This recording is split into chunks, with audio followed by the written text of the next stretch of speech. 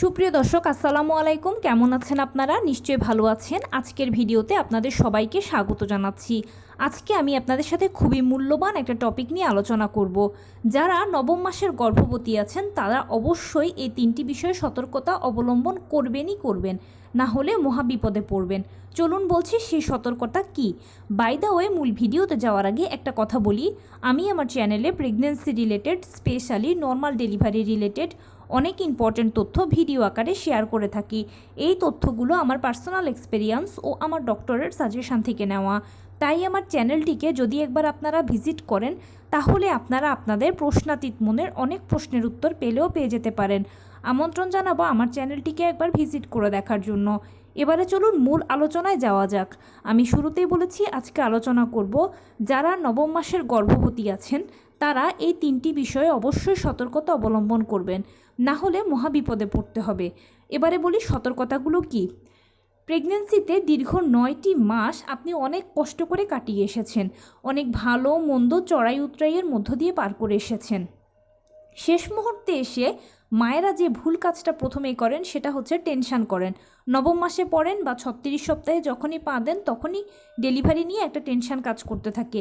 বিভিন্ন জনের থেকে বিভিন্ন কথা শুনতে পান, অনেক কিছু শুনে হয়তোবা দেখা যায় রাতের ঘুম উড়ে যায়, খাওয়া দাওয়া সব কিছু ছেড়ে দেন, শুধু ভাবতেই থাকেন, অযথা কত প্রশ্ন মনে আনতে থাকেন। এই কাজটা ভুল করেও করা যাবে না।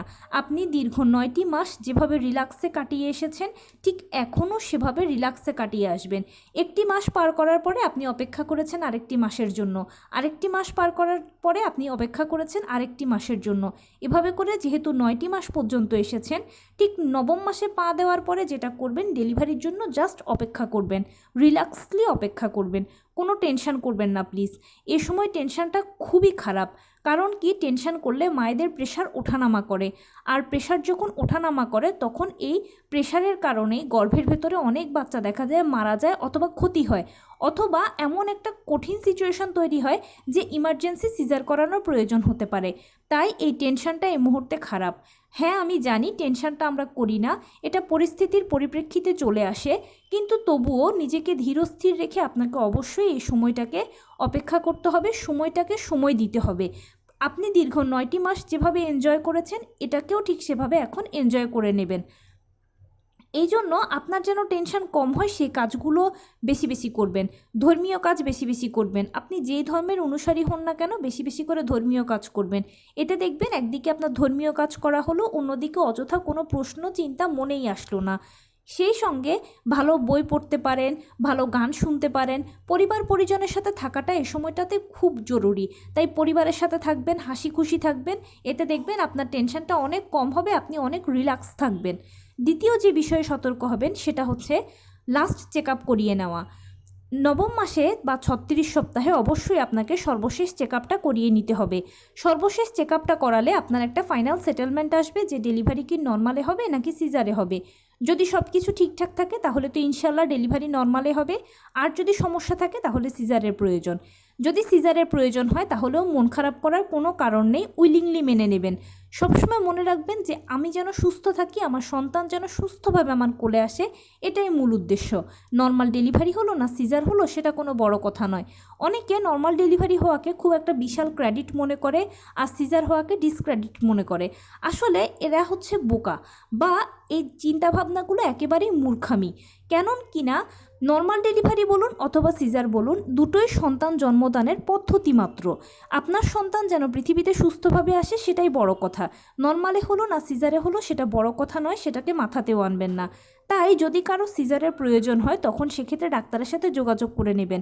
ডাক্তারই বলে দেবে যে অমুক দিনের অমুক তারিখে আপনার সিজার হবে। অনেকে আমাকে প্রশ্ন করেন আপু কত সপ্তাহে সিজার করালে ভালো হবে।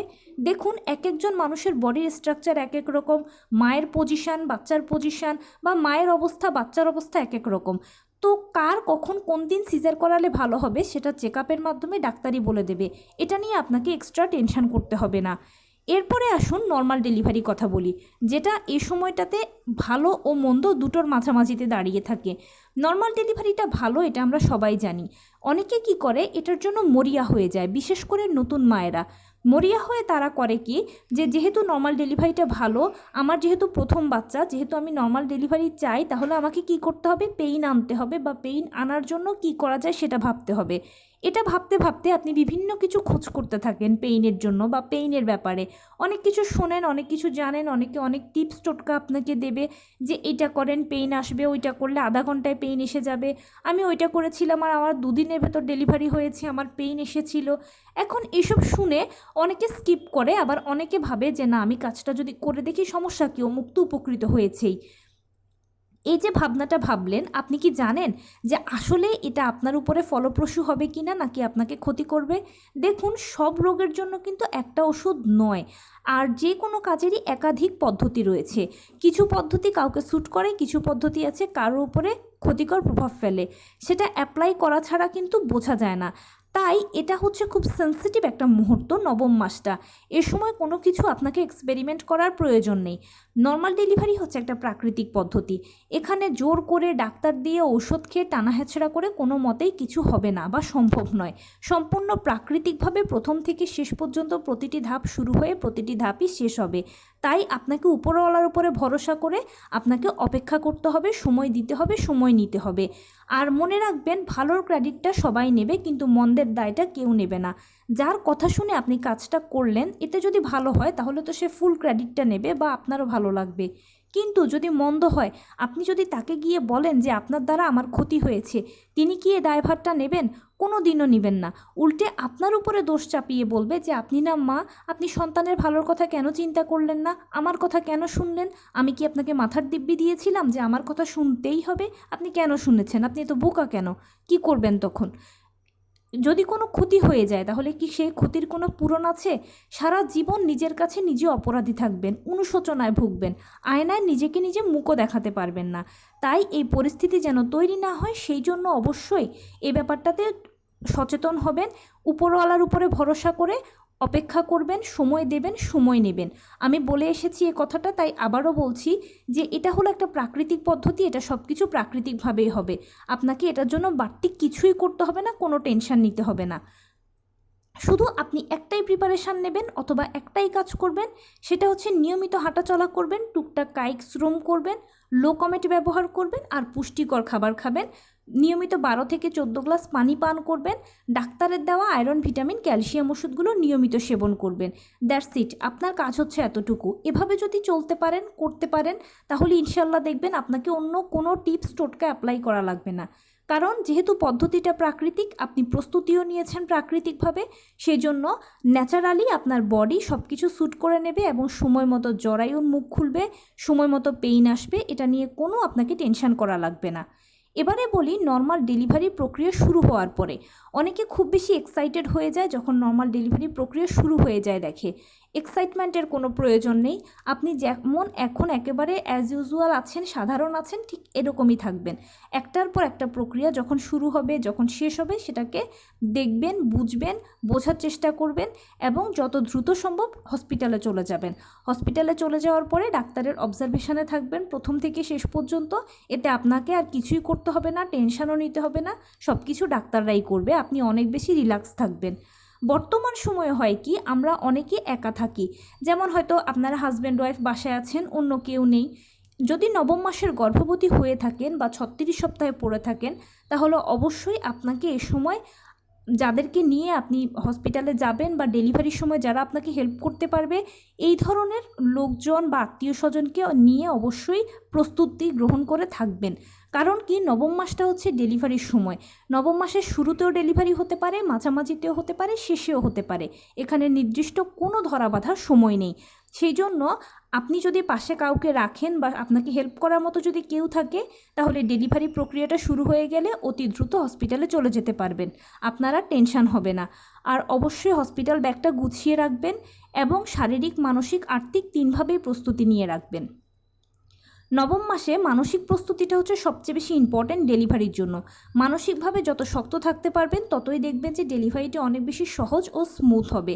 এবং ফাইনালি আমি একটা কথা বলে শেষ করব, সেটা হচ্ছে প্লিজ আমি করজোরে অনুরোধ করছি, ডেলিভারিটা কি নর্মালি হলো নাকি সিজারে হলো সেটা বড় কথা নয়, আপনার সন্তান যেন সুস্থভাবে আপনার কোলে আসে, আপনারা যেন সুস্থ থাকেন, এটাই সবসময় কামনা করবেন।